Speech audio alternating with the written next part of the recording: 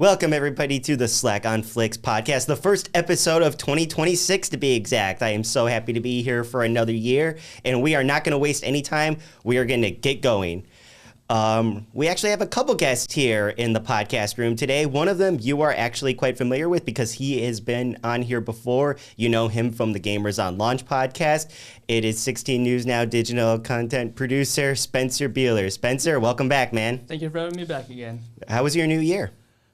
We're getting off to a solid start so far. Is it too late to ask that? I always wonder, when is it the time, we can stop asking people, like, hey, how did you bring in the new year? Is it too late, do you think? We're not through January yet, so maybe through the end of January, maybe. I think I'm going to have to ask Tricia Sloman and Amanda Perkowski that, because I know they had that as a question of the day once. Maybe we can hear the results out of them.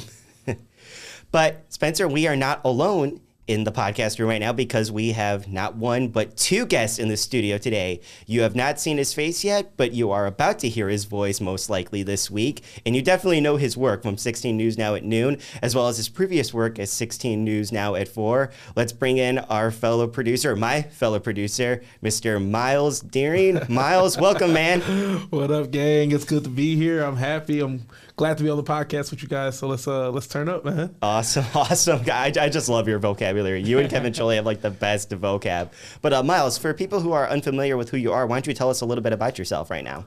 Yeah, so I've been here a little minute now. It's crazy. I feel like I just moved to South Bend, but I've been working on everything from the 4 o'clock show to your noon show. Now I'm producing your weekend mornings, your Saturday and Sunday mornings, trying to make sure we're staying abreast with, your current events, your local news, your local headlines. But in addition to that, making sure we're having some fun. That's amazing, man. Just say he's been keeping me busy these last couple morning weekends. Oh, really? As soon as I come in, it's expensive. I need to cut all these things for me and get these all up on the web for me. So basically, he's giving you more work to do at your job. Absolutely. Man, well, that's the point. If we're not here to, inform the public, have a little bit of fun, then what are we doing, Well said, my friend. Well said. I do absolutely love the 16 News Now in the Vault segment that you guys do now with Gary Sieber and Meredith Scheimer. It is very funny and also very nostalgic. And if you've been on this podcast for a while, you know me. I am a sucker for nostalgia. So I do watch that every week. There's been some really good ones that you've chosen, Miles. No, thank you. Like this one of my favorite things to do when I'm not producing or up against the deadline, going through some of the older files and collect.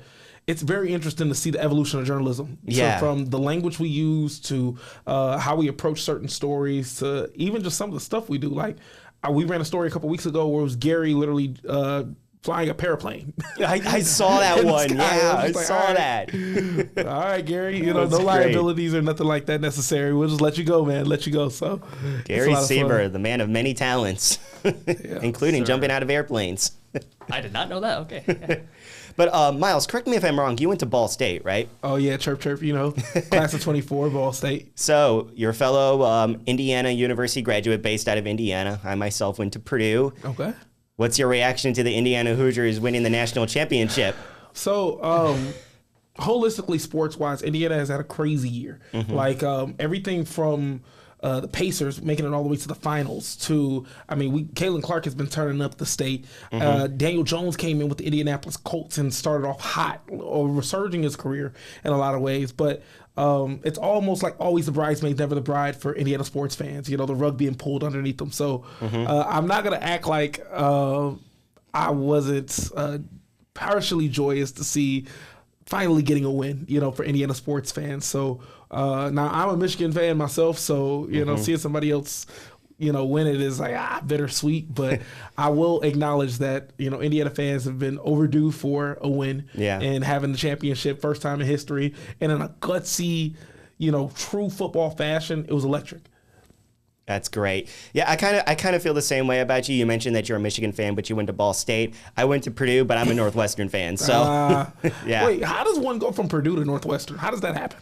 Well, my grandfather actually had Michigan football season tickets for over 20 years, and not just for home games, but for away games as well. So he would naturally take my dad quite a bit, and my dad just fell in love with Northwestern and everything out there in Evanston, Illinois. So around 1993, I believe, he ended up getting Northwestern season tickets of his own, and we had them for like 20 years as well. we literally stopped going in like 2020 when the global pandemic happened. It literally took a pandemic to stop you from being a fan. Literally. Well, I'm still a fan. Okay, I can't wait next season when the new Ryan Field opens up. Me and our previous intern Victoria Ryan and Amanda Prokowski have been talking about that like crazy. So No, that's electric, man. That's electric. But Miles, I had to get the sports talk in because I know you're a massive sports fan. Spencer, I'm sorry you had to sit through that. I know you're not the biggest sports fan out there. This man was very loud Sunday night when. Are you pointing at me? Yes, because I was working with you Sunday night, and I don't want to think about. I really don't want to think about Sunday night right now. I'm still kind of heartbroken after you like had a that. higher pitched Kevin Showley in, so. Look at this guy. This is a Lions fan for you guys. This is a Lions fan reaction to the heartbreak us Chicago Bears fans had on Sunday night. I'm unabashedly. I guess we feel the same way now because the Lions got knocked out too, unfortunately. Couldn't beat the Lions though. And the Eagles got knocked out, so Kevin Showley's upset as well. So hey, we can all be in Cancun together. The only one who's pretty much happy right now is our fellow producer Johnny Jazarowski right now because his Denver Broncos are in the AFC Championship. So yeah, no quarterback. Jury's still out. All right. But let's get into our main topic of today. This is the first episode of Slack on Flicks podcast for 2026. If you're a big movie fan like me, there are a lot of films coming out this year. A lot of big ones, big anticipated ones. They're all huge depending on no matter what the topic is. But the biggest one right now is definitely the anticipation for Avengers Doomsday. There have been 4 different trailers released with the Avatar Fire and Ash Weekly. And it is going from nostalgia to the current days. This is going to be a big celebration of everything Marvel, not just the Marvel Cinematic Universe, but for everything else. The Fox universe, the Blade films, everything is possible in these 2 upcoming Avengers films. And before we get into Doomsday right now, you guys are both Marvel fans, right? Correct me if I'm wrong. Yes. Absolutely. All right, so Spencer, I want to start with you as I bring in footage of the classic Infinity Saga right now, which ran from 2008 to 2019 from Iron Man to Spider-Man Far From Home. Spencer, tell me, what is your history with Marvel? Like, what started the affection that you have with Marvel Studios? Well, my history, it started way before the MCU, of course. Okay. Like Tobey Maguire's Spider-Man. I'm just going to say right now, Tobey Maguire, that's my Spider-Man. I grew up with him. Say what you want about... Yep. Miles, you agree? Put some respect on Toby's name. Say what you want about Andrew Garfield. Even though I was very salty about what happened to Tobey and Sam Raimi, you know what? The Amazing Spider-Man movies, I still love them for what they were. So,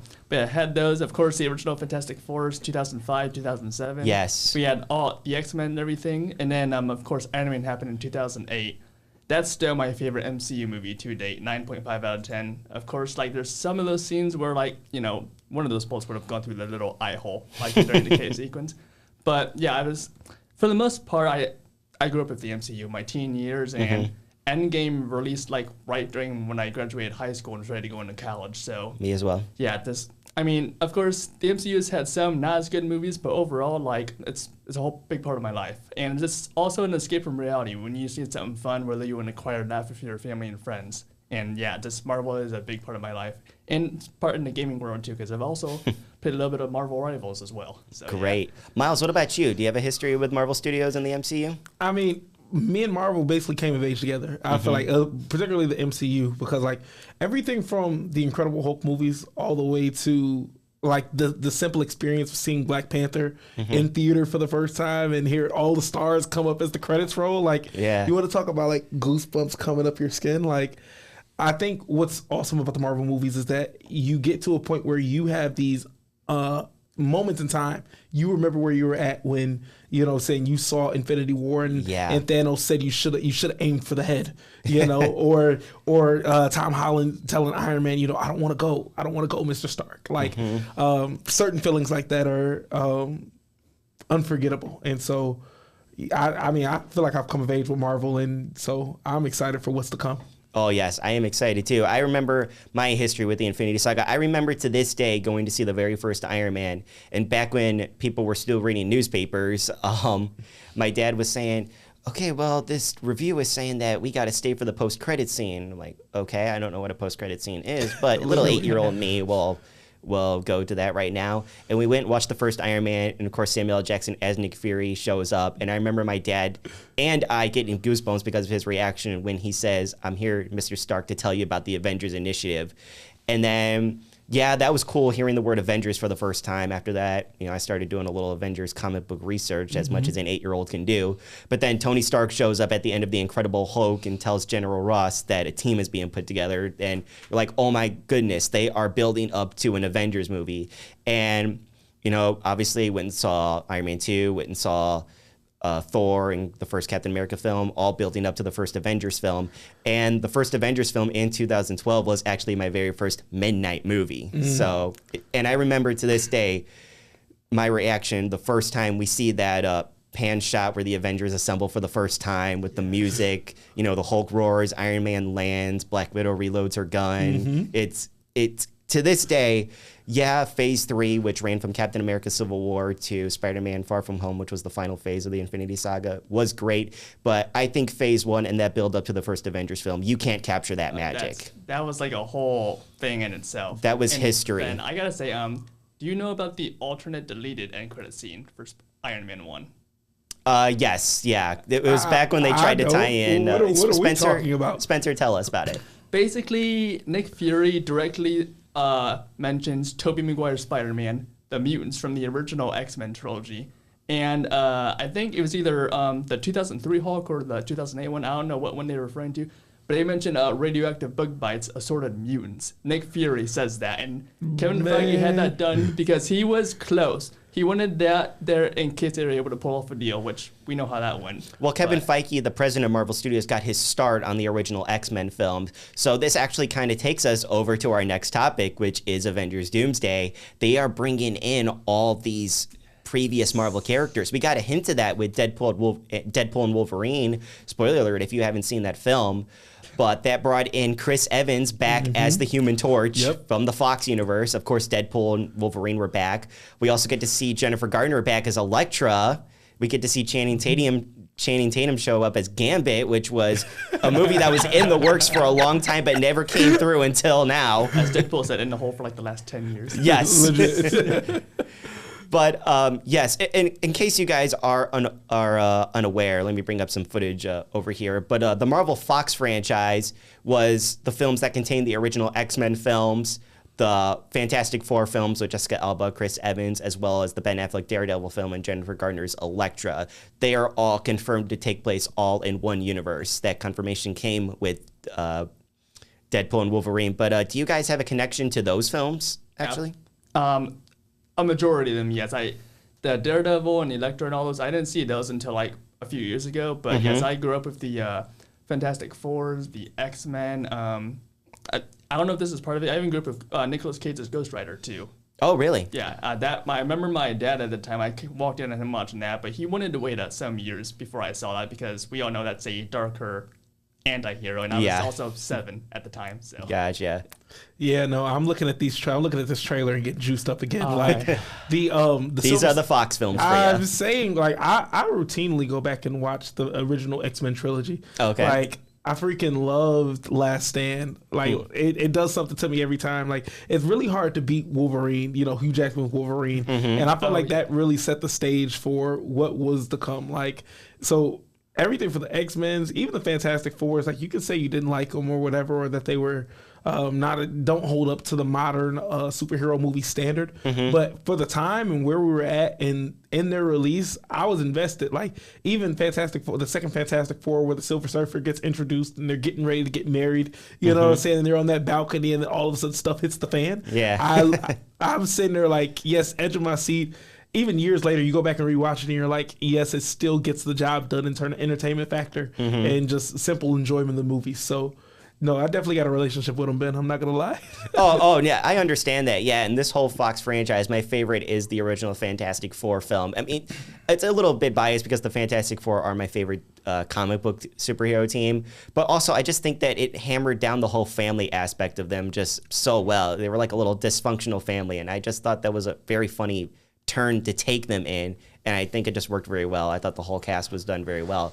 And kind of off topic, did you guys know that George Mallet interviewed Jessica Alba once? No. You know what? Yeah, he did. Not surprised. I'm waiting on his novel. How and when? No, that would be good. I'm waiting for that too. How and when? This was a few years ago. He said that she was very, very nice. I'm not surprised. I've heard she's a very nice person. Yeah. But you know what? We got to talk about Avengers Doomsday now, guys. This is easily probably the most anticipated films of the year. We just talked about the Infinity Saga. We talked about the Fox franchise. Those two worlds are coming together. These actors are going to share the screen. There's a chance that we can see two Chris Evans in these films, one as Captain America and one as the Human Torch. Literally anything is possible with these films. And Miles, I want to start with you. How hyped are you for this movie? Absolutely juiced. Because I feel like if you're a Marvel fan, right, we got to address the elephant in the room. There is this pinnacle that is the Infinity Saga. There is like the absolute maximum hype, absolute gotta go see it. You remember where you're at. And then we have this progression where we go into the next phase where like you're getting good content. I mean, you're getting the spinoff series with WandaVision, and you're getting the Winter Soldier, the Captain America. I'm blanking on the characters with Falcon and Falcon Winter Soldier. But like we had some good content in this next phase, but like in terms of communal morale, it lacked a little bit of juice. It's the only adjective that I got to come to mind. But as I'm looking at like what's coming up with Doomsday, yes, this is footage of Avengers Doomsday. These are footage of the trailers that have been released. Steve Rogers, Chris Evans is coming back. Thor's coming back. We just saw the X-Men mansion from the Fox universe, and now we're looking at Wakanda. It's I'm so hyped. As one of my favorite YouTubers, Mackenzie Borg would say, I'm so pumped. That was a horrible impression. Ooh, hey, listen, we'll take it, bro. But to put it plainly, like there is a new realm of possibility to where the MCU can go because we're introducing some fan favorite characters. I mean, we're getting Professor Xavier. I mean, we've already seen Cyclops. You know what I'm saying? Coming into this new rendition of the Avengers. So I have no words. I'm just gonna shut up. I'm gonna sit in my chair and best believe we're there opening weekend. Spencer, you actually went and you actually saw one of these teaser trailers when you saw Avatar: Fire and Ash. Tell me about your reaction to that and which one you saw. Yes, so I went opening weekend to see Fire and Ash, and here's the thing. Unfortunately, I was spoiled right before I saw that because it leaked online. It was all over YouTube, Reddit, X, and everything. But when I saw that, I was like, is this real? And then I saw it, and I was like, you know what? I'm actually more excited now. So I saw it, and just seeing that for the first time on the big screen, and I saw it in 3D as well. Oh, wow. I mean, it hyped me up. And I'm going to say, like, listen, years ago when they first announced RDJ as Doom, I was like, I was skeptical. I was like, I mean, he's Iron Man, really? But with all these announcements and now seeing Steve Rogers will return, I'm getting really excited for this movie. Well, the thing about this film, too, is that this is the culmination of the multiverse saga. I'll bring up some footage of that in a second. But what the multiverse saga is this is the next big chapter in the Marvel Cinematic Universe. Iron Man to Spider-Man Far From Home was the Infinity Saga. WandaVision to Avengers Doomsday and Secret Wars is the multiverse saga. And that footage right there just gets me so hyped. Right there. Oh my goodness. James Marsden in comic accurate Cyclops is... I'm actually afraid to see what that scene is because we know Marvel edits some shots. I'm hoping we're most likely going to see some beloved characters bite the dust, but oh my God, I'm so hyped for it. But yes, this is a culmination. As I mentioned, they are bringing in a bunch of stuff in here on December 18th, 2026. The Infinity Saga is coming into this. It's a culmination of the multiverse saga. The Marvel Fox franchise is coming into this. It's endless. You know, we could see Wesley Snipes return again as Blade. You know, we can see Nicolas Cage come back as Ghost Rider. This movie is, no matter what, if it's a horrible film, which I hope it's not, it's still going to make history because of what is most likely going to happen in this film. Even with just bringing the Marvel Cinematic Universe and the Fox franchise together, that's history even, within itself. But Spencer, what has been your reaction to the multiverse saga so far?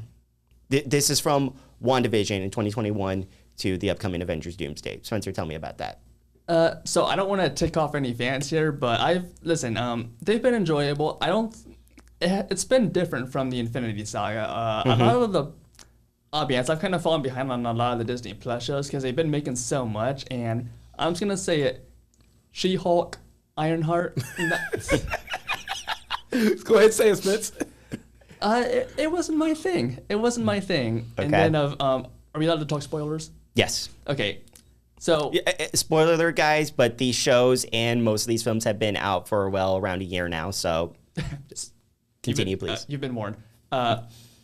We didn't see World War Hulk, right? But at the end of She-Hulk, they kind of teased it. Yeah, but wasn't his son doesn't Hulk's son come in like in during or after that story? Scar comes in at the very end in like the final shot. Yeah, well, and shares the scream of Matt Murdock. That's right. Yeah, listen, She-Hulk and Ironheart, that was a little flubber for Marvel, in my opinion. But I think I have the popular opinion on that. But listen, okay. I loved Eternals. All right, I loved Eternals. I'm probably in the minority for that, but that was a movie like you didn't have to see any Marvel. That was its own like standalone thing. Yes, so, but I enjoy a majority of it. Spider-Man No Way Home, that was amazing seeing in the theater. I love seeing my boy Tobey Maguire and Andrew Garfield back in that one. Doctor Strange. In the Multiverse of Madness. Listen, the Illuminati was fun, but we all know how that went. Even though I love seeing those people back. Well, Spencer, you actually bring up a very good point, and I want to bring it up right now. Robert Downey Jr. is returning to the MCU as Dr. Doom, and they are most likely going to explain that he is something called a Tony Stark variant. Now, a variant, which they explain very well in the Loki series and Spider-Man No Way Home and Doctor Strange in the Multiverse of Madness, it's a separate version of a character. It's a separate version of a character, but they can either look like somebody from the past or they can look like somebody totally different. Like, example, in Spider-Man No Way Home, those are Peter Parker variants, and they're Tobey Maguire, Andrew Garfield, and Tom Holland. That's why they can share the screen together. They're all from separate universes. There's different Doctor Stranges that show up, all played by Benedict Cumberbatch in Doctor Strange in the Multiverse of Madness. Those are variants, but they're all from separate universes. They're most likely going to do the same thing here with Dr. Doom. We're saying he looks like Tony Stark, but he's actually Victor Von Doom from a separate universe. He just happens to look like Tony Stark. I hope I explained that well to anybody who's not a huge fan and is watching this right now. Cillian Murphy would have been perfect. And then they could have done some multiverse thing of RDJ to get him back as Doom. But that would have been pretty cool. Cillian Murphy, man. Most likely, though, it would be a huge missed opportunity if Robert Downey Jr. does not suit up in the Iron Man armor at least once and perhaps fights himself as Dr. Doom. So I think we are likely going to see that because there's also a chance Scarlett Johansson's going to return as Black Widow as well. And I'm looking forward to it. Scarlett Jo is like one of the few people we actually haven't heard about yet compared to the original Avengers. And also, I just want to bring up a quick fact. You all know, apparently Hugh Jackman's Wolverine was originally supposed to cameo at the end of Tobey Maguire's Spider-Man 2. Oh, that's cool. Yeah, they had it all planned out. He got there, but apparently they didn't have the costume there. Oh, my goodness. So he was like, well, I can just cameo as Logan. And they were like, no. So then they got the Punisher stunt double from the original Punisher, that original like early 2000s film. I guess they got a stunt double to just be there. He's in the background when Mary Jane is running in her wedding dress. Oh, wow. Real quick, though, before That's crazy. I got to go back and watch that now because now I'm sitting there like, wait. They were supposed to have Wolverine and Spider-Man 2? Which they're most likely going to share the screen together, finally. So, full circle moment right there. Yes. But before we get into our next topic in our next film, before Avengers Doomsday, we got Spider-Man Brand New Day coming out, which is most likely going to lead directly into Avengers Doomsday. We got Spider-Man, of course, showing up in that, Tom Holland Spider-Man. John Bernthal is returning as the Punisher, taking place after the Daredevil Born Again series and leading to his own special presentation. Mark Ruffalo is going to be returning as Dr. Bruce Banner. Real quick, are you guys both hyped for that film as well? That's coming in July. Yes, except for the part that's apparently going to be another multiverse movie. Well, it's got to lead into Doomsday somehow, man. Yeah, I keep forgetting that, but like Spider-Man's been like, he's a grounded hero at street level. He's supposed to be a more relatable hero. Ever since he was introduced, like aside from Far From Home, he's been only dealing with mass universal multiversal threats now. Okay. Like I'd like to see him as more. I'm not trying to be a hater here, but I want to see him as like your more grounded, friendly neighborhood NYC Spider-Man. Gotcha. Well, Spencer, I feel like that takes us into our conversation that we were having off cam, right? Where it was like, when it comes to the different variations of Spider-Man that we've seen on screen, from Tobey Maguire to Andrew Garfield to Tom Holland, they each kind of play a different purpose for their specific universes. So while Spider-Man in its essence is your friendly neighborhood Spider-Man, you got to recognize that like Tom Holland came into the MCU as like perfect for where the universe was going. You know what I'm saying? From his introduction in Civil War to, you know what I'm saying, just being the little kid that Tony Stark goes and grabs, you know, and helping out, just doing little stuff like that, to the line in Infinity War, like, you can't be a friendly neighborhood Spider-Man if there's no neighborhood to protect, you know? So I do think this next movie is going to shift more into your traditional role of a Spider-Man, particularly when you introduce a character like Punisher. Because the Punisher, in its essence, you know, he's kind of like quintessential like op, you know what I'm saying, for like a Spider-Man in terms of like their morality. So I do think it'll be interesting moving forward to see how they incorporate both characters in this next movie. Well, considering the predicament that he's in right now, you know, following Spider-Man No Way Home, he's kind of in a permanent It's a Wonderful Life situation where nobody remembers who he is. Got that, Miles? Yes, literally. I got it too. But having the Hulk and I like it. Sorry. You said that was going to happen. I just didn't know when. And no matter when it happened, I was going to laugh. But either way, I kind of like that they had the Punisher and the Hulk in there, because the Hulk, despite having a green, angry rage monster inside of him, he's still like a very good person. He's the light that Spider-Man was in the Infinity Saga, where the Punisher can be a much darker version of Spider-Man that he kind of is in right now. So you got those two halves in there, you know, a dark side and a light side in there. And I'm just very interested to see where they take those relations in the film. I'm excited to see the Punisher, but man, is it too much? I know there's a legal thing between Sony, Disney, and Marvel, but to see Spider-Man, Daredevil, and Kingpin on the big screen together, just in one scene, that's all I want. I think it's going to happen. I am very optimistic. I think that is going to happen. All right. So you guys are hyped for Avengers Doomsday. Needless to say. Absolutely. I'm excited. Well, you guys know that's not the only those two, Avengers Doomsday and Spider-Man Brand New Day, aren't the only superhero films coming out. No, sir. We got one from DC Studios coming out as well. Let's bring in the Girl of Steel herself. We got Supergirl coming as well. Are you guys hyped? Are you guys ready? Yes. And okay, people say what you want. Millie Alcock, she was in House of the Dragon. I love her as an actress. But also, like, she's Australian, and she's obviously nailing her accent here, like, very perfectly. So, and anyone who knows DC, Supergirl is different from Superman. Yes. She's a good person. She's more lethal and brutal than Superman. She might not have his no-kill rule, but she's still, her killing, that's an absolute worst case scenario for her. She doesn't want to do it, but she does if she has to. That's her from the comics. So and we also know, based on what I know about this Woman of Tomorrow comic arc, which is a newer novel as far as I know, you're going to see a major character arc and a genuinely a very deep story based on what I've heard about this. Yes. Before we get into the main discussion about Spencer, you did that really well, though, by the way. Yes, this is technically the fourth installment of the new DC universe headed by James Gunn and Peter Safran. It began with Creature Commandos, the animated series on HBO Max, followed up with Superman, Peacemaker Season 2 just a few months ago, and now we got Supergirl. This is a direct continuation of what we saw in Superman, because if you haven't seen Superman, Supergirl shows up at the very end of that film, setting up this film. And I honestly think it was one of the best parts of the film. I'm not going to lie. I was very hyped after I saw that. I really liked her relationship with Krypto and Superman as well. But Miles, did you see Superman when it came out? Yes, like I think I saw opening weekend. I did too. I literally could not wait. But you mentioned like one of your favorite parts. Like I feel like we got a lot about the character and like that little snippet that I definitely want to see solved, because like I know they mentioned that that she was in an atmosphere or like an area where there was a certain sun. Yes, they can't. She can't be on Earth to drink her feelings away, because her and Superman cannot get drunk off of the Earth's sun because of their metabolism. And Supergirl, I have to mention right here, is very different from Superman. Spencer, you already mentioned it, because Supergirl on Krypton was technically older than Superman. Yes. But when she left Krypton with him, his space pod obviously ended up on Earth, but she got lost in space for a while. And by the time she finally made it to Earth, Clark Kent had already grown up and had been Superman.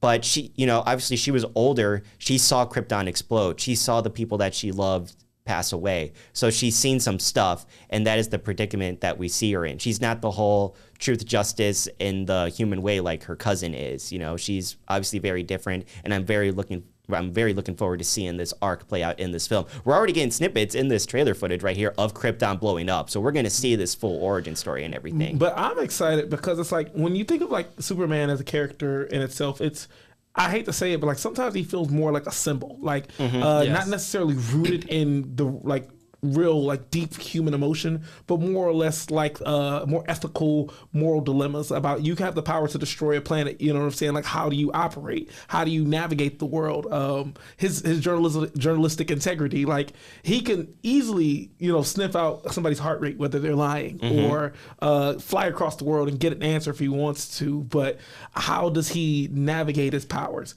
I feel like we're going to get a completely different movie with Supergirl because she's coming from more of a place of grief, more of a place of more lived experience that'll dictate her actions moving into this arc. So that's something that I'm like, I put it on screen, give me my popcorn, and I'll be sitting there ready to go.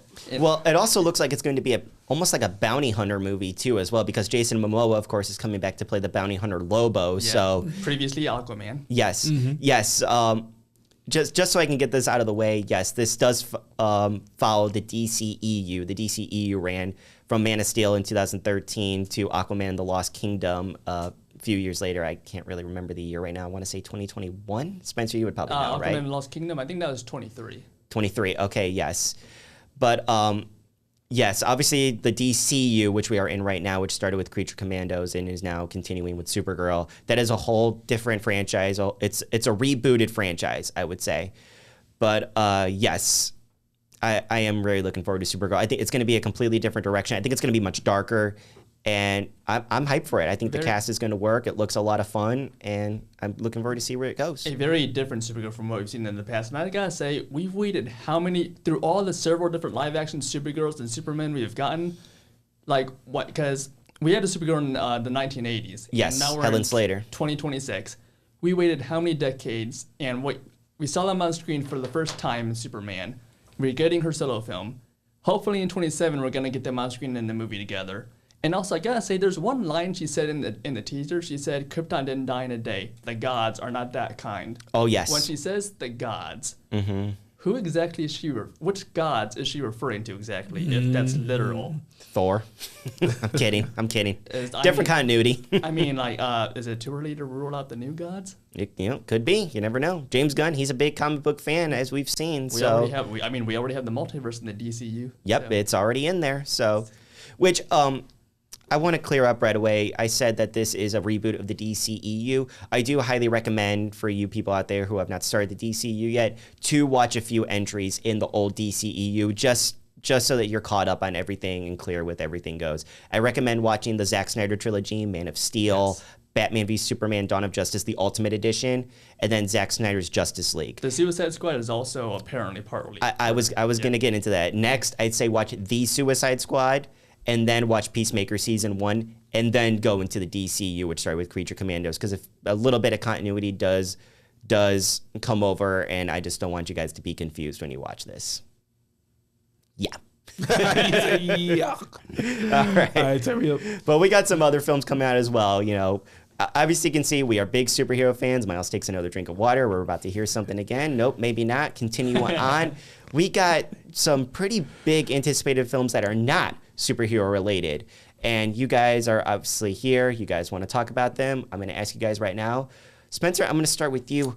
Besides Avengers Doomsday, Supergirl, Spider-Man Brand New Day, what is the film that you are looking forward to the most coming out this year? Christopher Nolan's The Odyssey. How am I not surprised? Listen, Christopher Nolan is my favorite filmmaker of all time. Mm-hmm. He hasn't done as many projects as you'd think like Steven Spielberg has done, but man, everything he's done, well, not all of them are exactly like 10 out of 10s.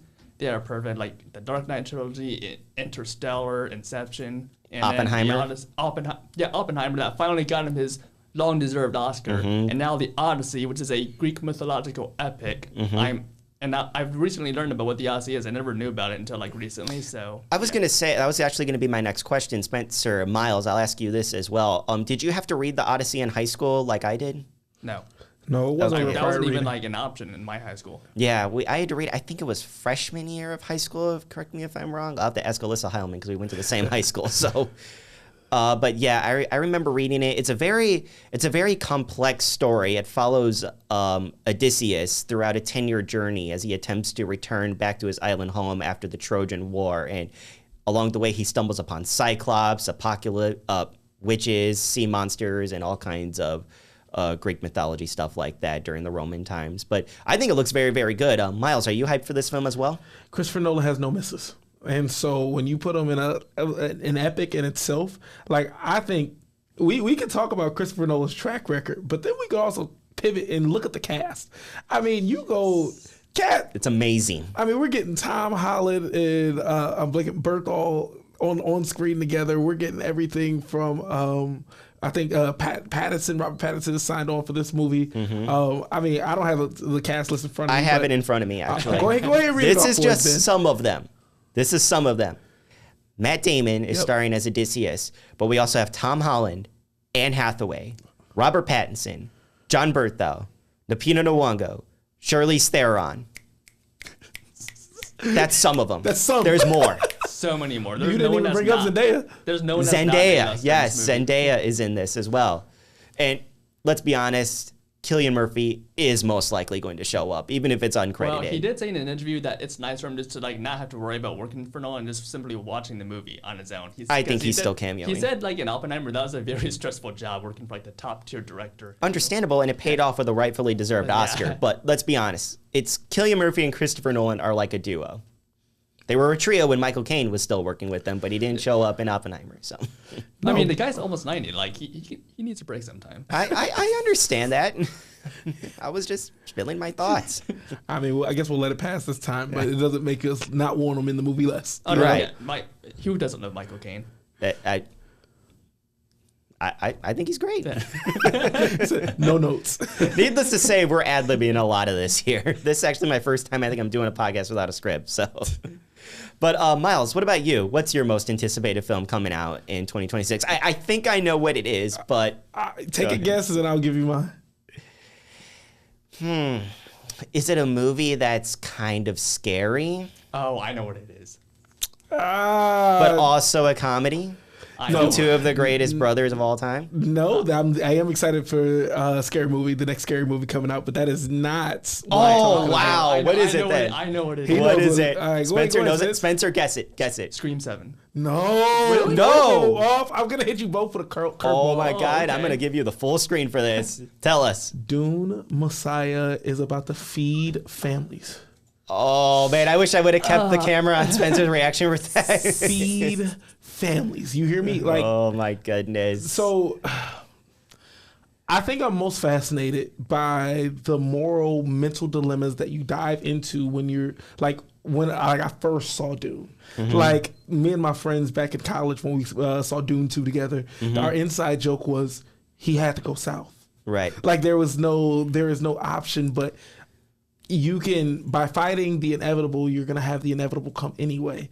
So you might as well save the lives and become the villain in order to save the people that you love. Yes. And that in itself is incredible. Like, I think it was in, I don't know if it was Dune 1 or Dune 2, he's having the dreams in the desert and he's sitting there thinking like there's a holy war in my name. And so now we're going to dive into what does this war look like? You know what I'm saying? Like, where do we go next? And Timothée Chalamet, I mean, I saw. Chalamet. Listen, man, he is having a run right now. I saw Marty Supreme a week and a half ago. Very good performance. I'm impressed by his ability to raise the stakes in scenes, where a scene can appear just like as a simple dialogue, but it's really a duel in language, a duel in words. I mean, you've seen that in Marty Supreme, but.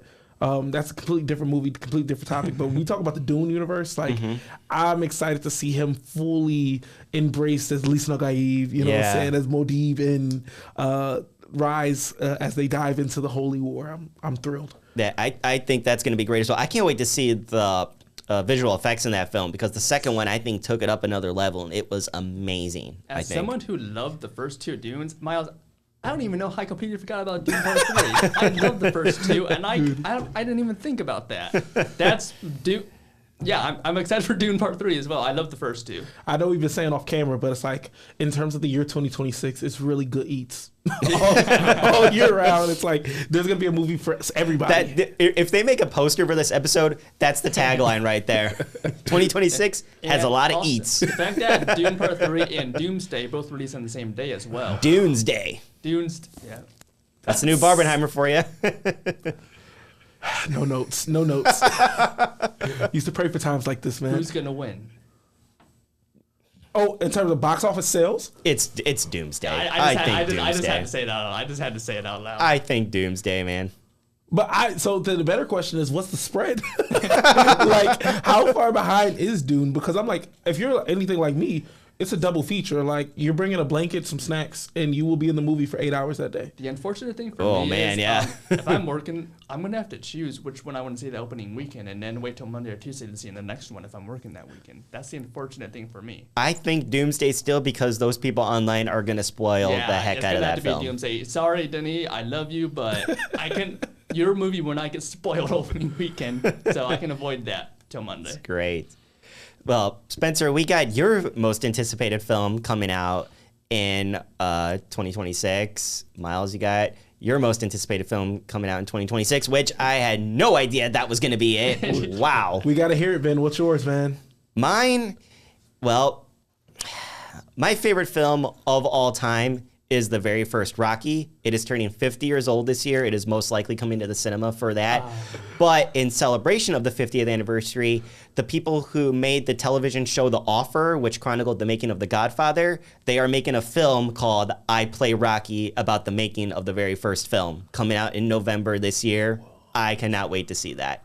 Because if you guys know the behind-the-scenes story about the making of the very first film, it is just a movie that needs to be made, because it is an incredible story of literally mirroring the film, defying the odds, go to distance, work with what you want to do, and just coming up on top at the very end, no matter the outcome. It is amazing. If you guys don't know, Sylvester Stallone, obviously, who plays Rocky Balboa, was very, very broke at the time. You know, he had only done a few films like Death Race 2000, Lords of Flatbush. He came out to Hollywood in the mid-'70s. Things were not very, very good for him there. You know, he had to sell his dog. He was so broke. His apartment was only around 8 feet by 9 feet. In fact, he said in an interview that he was able to open up the window and close the doors while sitting on his bed. It was so tiny. But he would just write a lot of these stories. He had a very creative mind. He would write a bunch of stories. And one night he saw a fight between Muhammad Ali and a man named Chuck Webner. It was the fight was not very even. It was a guy who was very outmatched against the greatest fighting machine, supposedly, that ever lived. And in one brief moment, he actually managed to knock Ali down.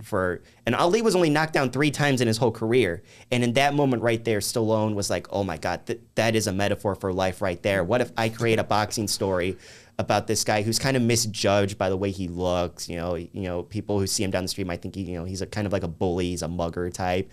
Take that archetype, put it into this fighting story, and just create something out of it. And anyway, he went to MGM on a casting call or something, and the producer decided there he was not really good for the acting part. And so when he turned to walk out with his hand on the knob, he turned around and he said, oh, by the way, Mr. Chardoff, Mr. Winkler, I don't know if it's that important, but I do a little bit of writing too. I have this story about boxing that I think I'm going to do eventually. And they said, oh, well, bring it by sometime. Stallone to this day says if he did not stop on his way out with his hand on the knob, he wouldn't be where he is right now. They took a chance on him.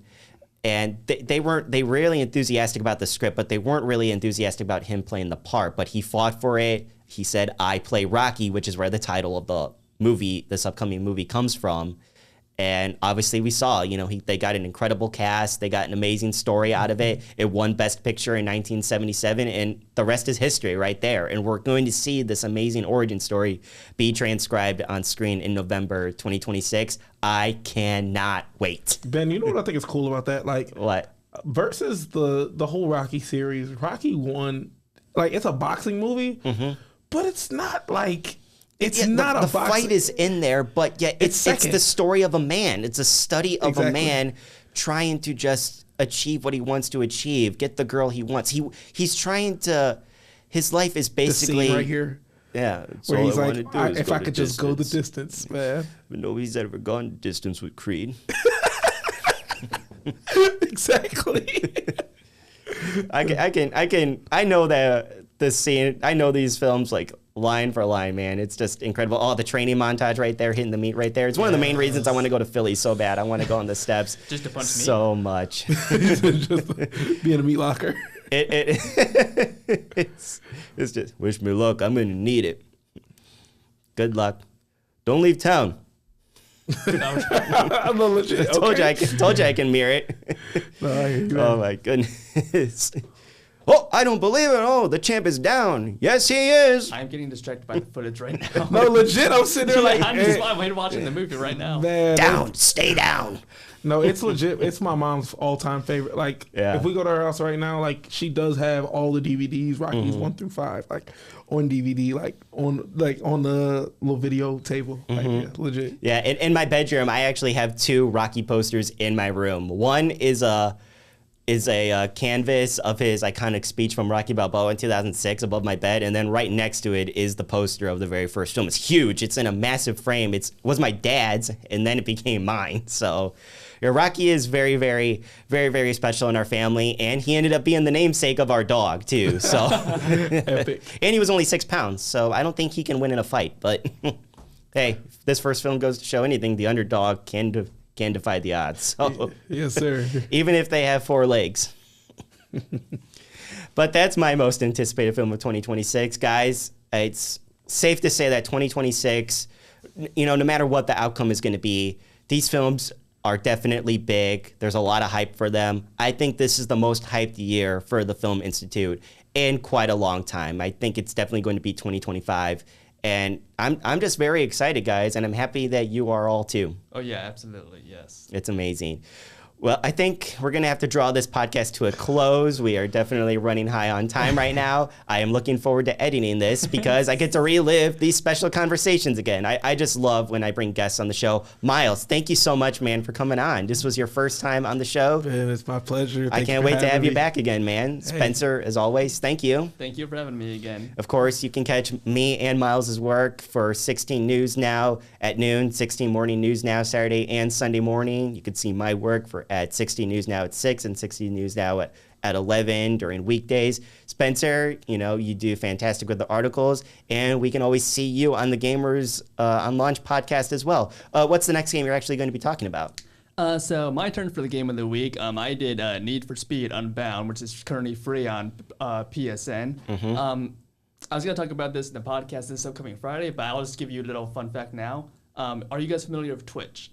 Yeah. Yes. So even though Kirsten and LJ told me about this months ago, I forgot there's a setting you need to enable so that way your streams save when you stream. Okay. I did not enable that. Last night I recorded over an hour worth of gameplay. I was sucked at the game. I was like, holy okay, mackerel. I got some decent gameplay here. I went back to get it so I could edit it, and I was like, what the heck? Where's the stream? And then I looked, I'm like, are you kidding me? Oh no. So tonight, if I want some footage to use, I need to go to a more difficult race now because I can't retry once you already continue. So I gotta hope I don't suck at this race tonight and record that. But yeah, that's why. And then we also got some updates we're talking about. But yeah, that's going to be this. Look forward to that this upcoming Friday for our next episode. Looking forward to it, man. Well, you can catch the Game Res on Launch podcast as well as previous episodes of this podcast at WNDU.com as well as YouTube. You can read my full reviews by going to WNDU.com as well and clicking on the entertainment tab. Guys, thank you so much for joining us today. I will see you all next time. Take care. Peace.